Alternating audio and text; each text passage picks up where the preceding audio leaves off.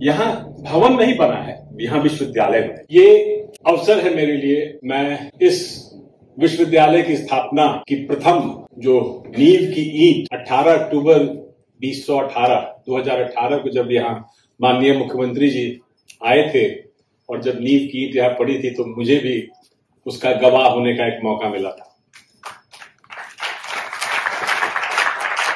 उस समय जो कॉन्सेप्ट था वो इसको एक स्पोर्ट्स एकेडमी के रूप में डेवलप करने का 2-3 सालों से प्रयास हो रहा था और राष्ट्र की बहुत प्रतिष्ठित सापरोजी पालम जी को ये काम आवंटित किया गया। आर्कोप एसोसिएट जिन्होंने नेशनल यूनिवर्सिटी मणिपुर का भी आर्किटेक्चर डिजाइन तैयार किया था, उसको यहाँ का डिजाइन तैयार करने का बिड जो हुआ था उसमें उनको अवसर मिला था। तो वहीं से मैं शुरू करता हूं। ये जो जगह है वो ऐसे ही नहीं चुना गया। ये महाभारत काल में जरासंध का नाम आपने सुना होगा। बहुत बड़े रेसलर थे, राज परिवार से जुड़े थे, उनका अखाड़ा यहां से बहुत ही नजदीक है। और नालंदा यूनिवर्सिटी के बारे में कौन नहीं जानता। एक जगह थी पूरे विश्व में, ज्ञान भूमि के नाम से भी इसे जानते हैं। बिहार को जिसने अंतर्राष्ट्रीय स्तर पर पहचान दिलाई थी, बड़े बड़े विद्वान उस समय आते थे। तो उन सबों को दृष्टिगत रखते हुए जब आपने यहाँ देखा होगा इसका बाहर का आर्किटेक्ट, तो आप देखते हैं इतनी छोटी छोटी ईंटें कितनी लगाई गई। आप जानते हो उनकी संख्या 60 लाख, 60 लाख ईंटें उसमें लगी और उसका डिजाइन नालंदा यूनिवर्सिटी से इंस्पायर। तो वो लुक आपको देखने को मिलता है। तो यहाँ बहुत चीजों का ध्यान रखा गया। ये इनिशियल इसकी जो लागत थी वो 633 करोड़ की थी, बाद में रिवाइज होकर 740 करोड़ की हुई और शिलान्यास हुआ। 2 वर्षों का समय दिया गया कि इसे तैयार कर लेना है बीसीडी को। लेकिन कोरोना की महामारी कौन नहीं जानता है, पूरा विश्व रुक गया था, हम भी रुक गए, डिले हुआ प्रोजेक्ट। लेकिन उसके बाद भी माननीय मुख्यमंत्री जी के प्रयास और बीसीडी स्पोर्ट्स डिपार्टमेंट के लगातार प्रेशर से 29 अगस्त 2024 को इस परिसर का उद्घाटन हुआ। 2021 में यह स्थिति बनी। वहां कई जगह स्पोर्ट्स यूनिवर्सिटीज बन रहे थे और एक परिकल्पना थी कि स्पोर्ट्स यूनिवर्सिटी के माध्यम से हम स्पोर्ट्स चैंपियंस इंटरनेशनल तैयार कर सकते हैं।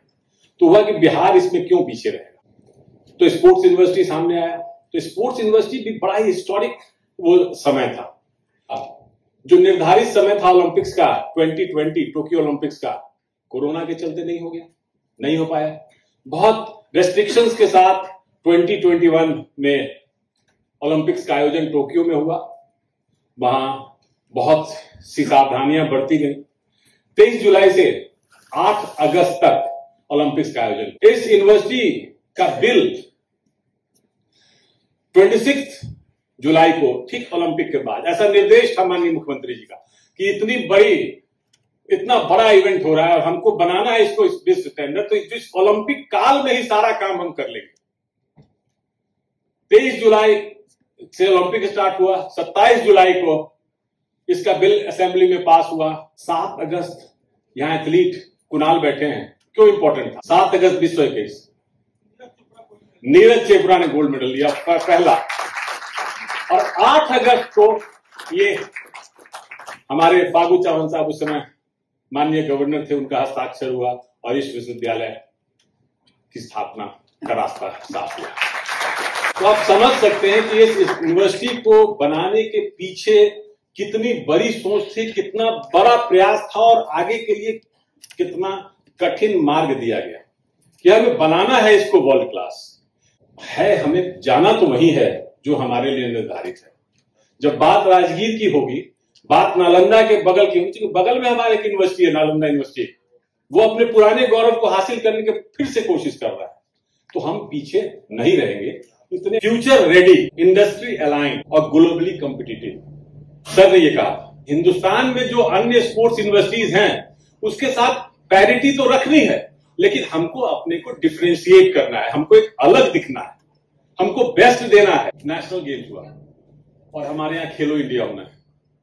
खेलो इंडिया का जो जब आप इकोसिस्टम देखेंगे तो उसमें बहुत सी चीजें, इंफ्रास्ट्रक्चर चाहिए, इंफ्रास्ट्रक्चर के साथ तैयारी चाहिए, पूरा एसी चाहिए, एकोमोडेशन चाहिए, कैटरिंग चाहिए, ट्रांसपोर्टेशन चाहिए, गेम्स मैनेजमेंट सिस्टम चाहिए, और इस तरह की बहुत सी बातें हैं, बहुत छोटी छोटी बातें जिन पे ध्यान देने की जरूरत होती है। ग्राउंड में जो आप देखते हैं कि बहुत खूबसूरत लगता है, उसके लिए ओवरलेस बना पड़ता है।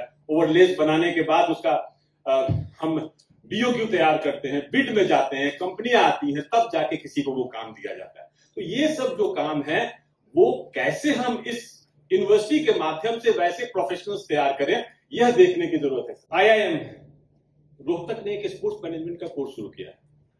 उसका जब आप कैरिकुलम देखेंगे ना, 900 आवर्स का कोर्स है, 2 साल का है, 560 इंटरैक्शंस हैं, ऑनलाइन ऑफलाइन दोनों। इतने ज्यादा उनके, जैसे अभी यहाँ पे हमने हॉकी कराया, तो वहां से लड़के आएंगे, वो आपके साथ प्रैक्टिकल, जैसे हॉस्पिटल में, जहां हॉस्पिटल है वहीं मेडिकल की पढ़ाई होती है। तो ये बेनिफिट है इस यूनिवर्सिटी को कि यहाँ एकेडमी है, और वहां आप एकेडमी में जो आपके पास सब्जेक्ट्स हैं, जो बच्चे हैं, उनको आप उन पर रिसर्च कर सकते हैं उनके बेहतरी के लिए।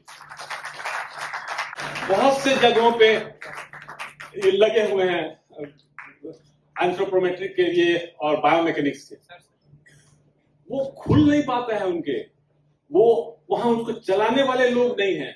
जब बाहर से आप जाएंगे तो दिखाने के लिए उसको वो खोलते हैं, लेकिन यहां उसको यूज करना है। जो टॉप यूनिवर्सिटी है, लॉकबर्ग यूनिवर्सिटी यूके, उनका ओवरऑल स्कोर 94.7 है। उसका 2 सबसे बड़ा पैरामीटर, एक है एम्प्लॉयबिलिटी और दूसरा है रिसर्च। हमारे ऑब्जेक्टिव्स में यहां लिखा हुआ है कि हम यहां रिसर्च करेंगे। दूसरा है university of Queensland, university of Sydney, university of Toronto, university of British Columbia. ये 5 हैं जिनका रैंकिंग है। मैं केवल उनके सर जो लगातार 9वें साल जो यूनिवर्सिटी है लॉगनबर्ग, वो 1 नंबर पे है।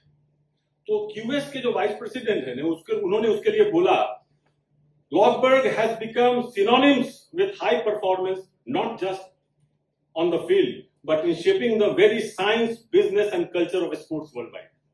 उनके जो रिसर्च स्पॉटलाइट्स हैं, फास्टर, उनके रिसर्च है, उसी पे उनको नंबर मिलता है।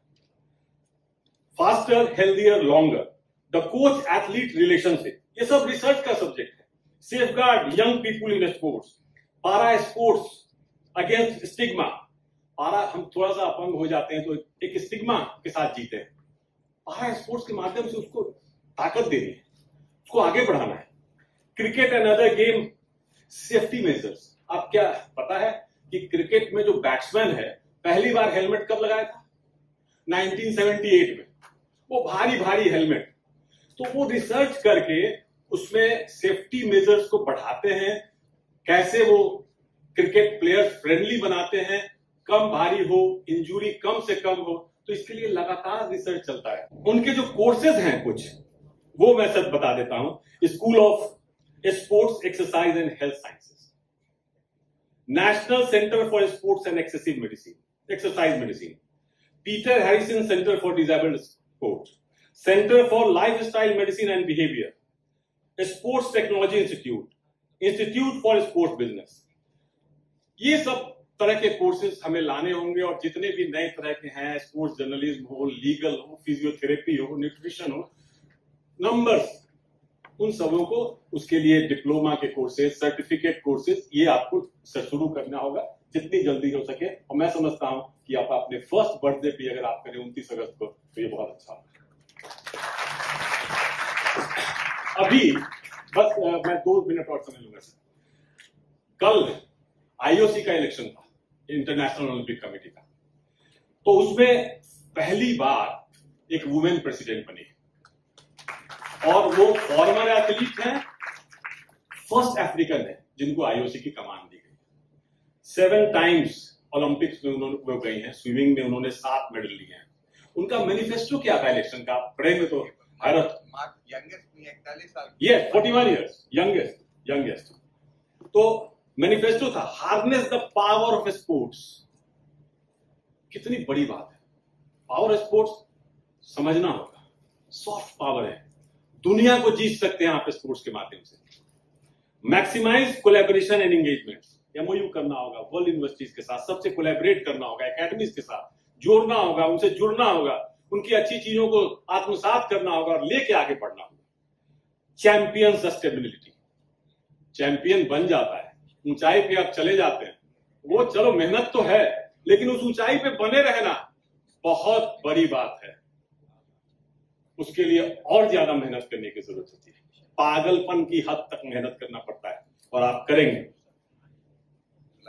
एडवांस क्रेडेंशियल्स एंड ट्रस्ट और zero tolerance for doping, boys and girls, doping, zero tolerance, as fraud, corruption, इन सबों पे जीरो टॉलरेंस और कोई भी अनएथिकल प्रैक्टिसेस। तो इन सब चीजों को जब आप लेके आगे बढ़ेंगे, एक सर पूरे हिंदुस्तान में एक यूनिवर्सिटी है चेन्नई में जिन्होंने अपना इंक्यूबेशन सेंटर खोला हो, तो वो एक नई चीज है। इंक्यूबेशन सेंटर आप यहां से स्टार्ट कर सकते हैं, वो नए लोगों को नई दिशा एक देगा, एक आप उसको हैंड होल्डिंग कीजिएगा और चीजें आसान हो जाएगी। तो एक्सपोजर देना होगा सर, यहाँ के लोगों को अधिक से अधिक प्रैक्टिकल ट्रेनिंग देनी, जोड़ना होगा। इंटर्नशिप की बात हो रही थी लास्ट सेमेस्टर में और फर्स्ट में, कि इंटर्नशिप के लिए आपको बहुत दूर जाना भी नहीं है सर, हर रोज तो एक इवेंट होगा, भेजिए वहां पे उनको ट्रेनिंग के लिए, वो देखेंगे सर, वहां कुर्सी उठाएंगे, वो देखेंगे कैसे बात करते हैं, बाहर वाले कैसे आते हैं। आप जब कीजिएगा ना तब आगे बढ़िएगा, बड़ी बड़ी कंपनियां आपको लेने के आएंगी। वो दिन सबसे खुशी का दिन होगा हमारे वाइस चांसलर साहब, रजिस्ट्रार साहब या पूरे यहाँ की टीम के लिए, जब यहाँ के बच्चों का फर्स्ट बैच निकलेगा और उसमें जितने भी होंगे सब एम्प्लॉय और अच्छे पैकेज के साथ निकलेंगे और तभी यह विश्वविद्यालय सफल होगा। Thank you sir, all the best.